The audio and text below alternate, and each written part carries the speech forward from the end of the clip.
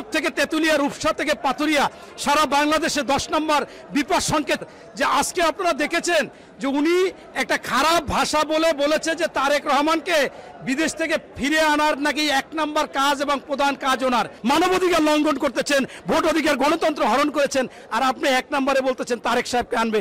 আমি স্পষ্টভাবে বলতে চাই, রিজার্ভের যে অবস্থা, সেই রিজার্ভে আপনি বাংলাদেশে খুবই ভয়াবহ অবস্থা, কিন্তু তারপরেও আজকে টিকে আছে কেন? আপনারা জানেন যে আজকে এই যে শহীদ প্রেসিডেন্ট জিয়াউর রহমান, তিনি বাংলাদেশে 3টি কাজ করে গিয়েছিলেন। একটা হচ্ছে গার্মেন্টস, যেখান থেকে রেমিডেন্স আসতেছে, একটা হচ্ছে জনশক্তি রপ্তানি, যেখান থেকে রেমিডেন্স আসতেছে, আর একটা বিভিন্ন খামার, পশু সম্পদ খামার, এই পোলট্রি খামার, এরপর মৎস্য খামার, এরপর মনে করেন এই যে কৃষি খামার, এইগুলোর জন্য আজকেও টিকে আছে। তারপরও কৃতজ্ঞতা নেই, বারবার এই শেখ হাসিনা জিয়া পরিবারকে ধ্বংস করতে চায়, তাদের নাম মুছে ফেলতে চায়। এটা আসলে কখনো সম্ভব না। তো উনি আগেও এক সময় একটা কথা বলে। উনি এর আগে বলেছিল যে বাংলাদেশে দুর্ভিক্ষ দেখা দিবে, এরপর বলতেছে যে বিদেশিরা এখানে খ্রিস্টান রাষ্ট্র করবে, আবার একবার বলেছিল যে তারা একটা অংশ বাংলাদেশে নিয়ে নিতে চায়। এরকম কথা প্রতিনিয়ত বলতে চাচ্ছে। তবে এটা স্পষ্ট ওনার কথা বললে তো হবে না। আজকে যারা অর্থনীতিবিদ আছে তারা বলেছে রিজার্ভ নেই, এবং এর মধ্যে আপনারা জানেন যে হ্যাক করে ভারত একটা রিজার্ভের অঙ্ক নিয়ে গেছে, সেটাও কিন্তু বলেছে কি অনেকে লেখালেখি করেছে, যদিও আমরা সেটা প্রমাণ পাইনি। তবে স্পষ্টভাবে কথা হচ্ছে যে রিজার্ভের অবস্থা খুবই করুণ, এবং যার কারণে উনি এই কথা বলতেছে। এখন বর্তমান বাংলাদেশে অর্থনৈতিকভাবে খুবই এটা সংকটে আছে। এই সংকট থেকে আমাদের উত্তরণের একমাত্র উপায় হচ্ছে যে এই অবৈধ অনির্বাচিত ভোটারবিহীন সরকারকে তাকে ক্ষমতাচ্যুত করতে হবে, এবং ক্ষমতা থেকে তাদেরকে বিতাড়িত করতে হবে, এবং জনগণের সরকার আসলে তখন ন্যায় বিচার থাকবে, সুশাসন থাকবে, এই গণতন্ত্র পুনরুদ্ধার দরকার। চেয়েছেন যে আজকে অবৈধ ভোটারবিহীন ভোটচোর এবং একটি বাকশালী স্বৈরাচারী ফ্যাসিস্ট সরকার প্রধান বলেছে যে বাংলাদেশে রিজার্ভ নিয়ে কোনো চিন্তা করতে হবে না, ডলার নিয়ে কোনো চিন্তা করতে হবে না। আসলে এটা তো হাস্যকর। ওনরা এমন একটা দল যে বাংলাদেশে সার্কাজের জোকারের মতো বিভিন্ন কথা বলে ক্ষমতায় থাকতে চায়।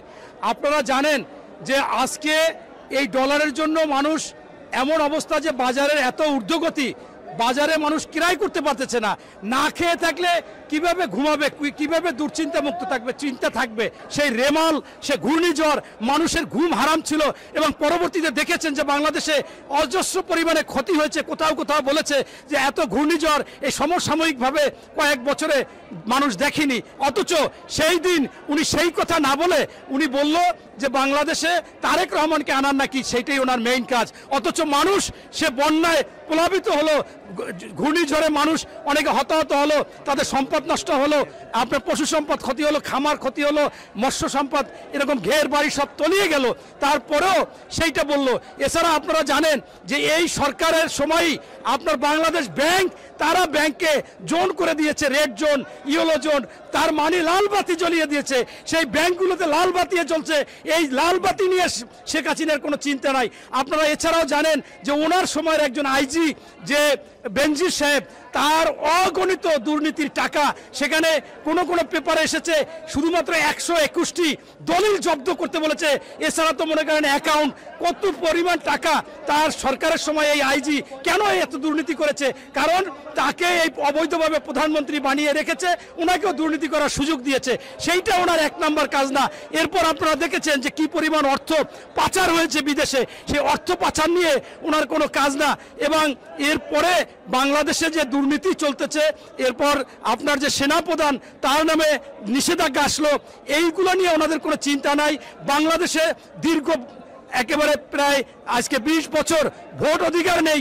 আপনি ভোট চুরি করেছেন। বাংলাদেশের 95% মানুষ, আমরা বলি 90% কমপক্ষে বহির্বিশ্ব বলতেছে যে যেখানে আপনি নির্বাচনে কেউ ভোট দিতে আসেনি, আপনি এটা চোরা ভোট, সেইটা আপনার চিন্তা নাই। জনগণের আপনি অধিকার দিচ্ছেন না।